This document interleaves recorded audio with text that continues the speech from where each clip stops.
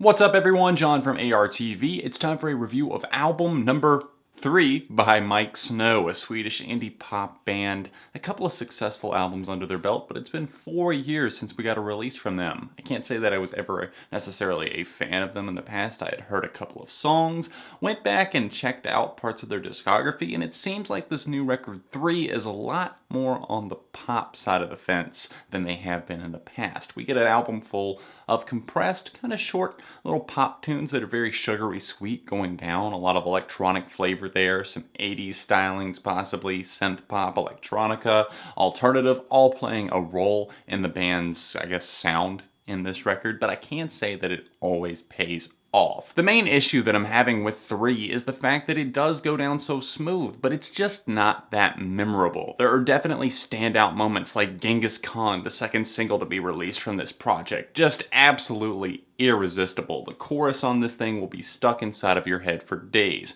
Miike Snow's vocalist would definitely have a tendency to go into that higher pitched range, and it can get grating at times, but on tracks like Genghis and even My Trigger, whenever they play off of the vocal samples, mix that in with his voice, it just sounds quite nice. So the album does get off to a pretty good start. It's in its second half where things start to get a bit tiresome. Starting with track 5, I started seeing some issues, some songs that sounded very similar to each other and didn't do enough to differentiate. And I like Charli XCX. She's featured on track number 5, For You, and it's one that I felt like I really wanted to like. I like the electronic manipulations, and I do like, just as a whole, the instrumental on this thing, but I can't say that I'm a fan of just kind of the off-kilter vocals. The pre-chorus on this thing is just absolutely rough.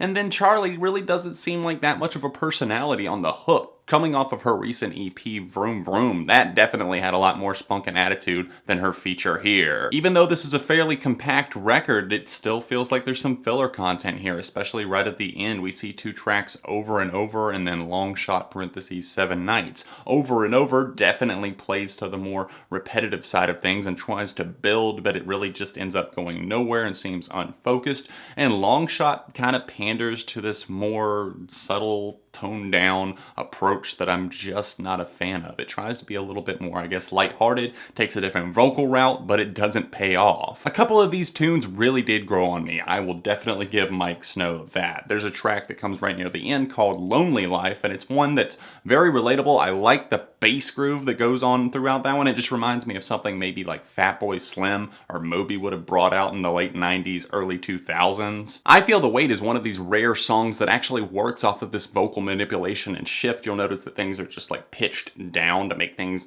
deeper, give it a different kind of connotation, maybe a little bit more of an emotional impact is made as a result. I didn't see that at first, but then I called to mind tracks like Steady the Art by Gochi off of his awesome album Making Mirrors, and that's one that didn't sit with me at first, and I kind of felt the same way about I Feel the Weight, but now it's actually turned into one of my favorite songs on 3. I'm kind of indifferent on a handful of these tracks, to be honest, but the final one that I want to mention is one that's definitely sitting well with me, especially the remix of the track featuring Run the Jewels. If you've got Run the Jewels on a track, you know that I'm going to be interested. The song in question is Heart is Full, and I do enjoy their original version, but like I said, if you've got Killer Mike and LP on there of Run the Jewels, you just can't go wrong. I mean, maybe it's not their strongest verse, but at the same time, definitely just one that I'm vibing with. I see this record being like a young child opening up birthday presents. He sees one, oh, this is nice, ooh, shiny new object, this is pretty cool. Oh, but then we're opening up another one. We've moved on and almost forgotten about that one. I'm not saying that every song on 3 is like that, but it definitely is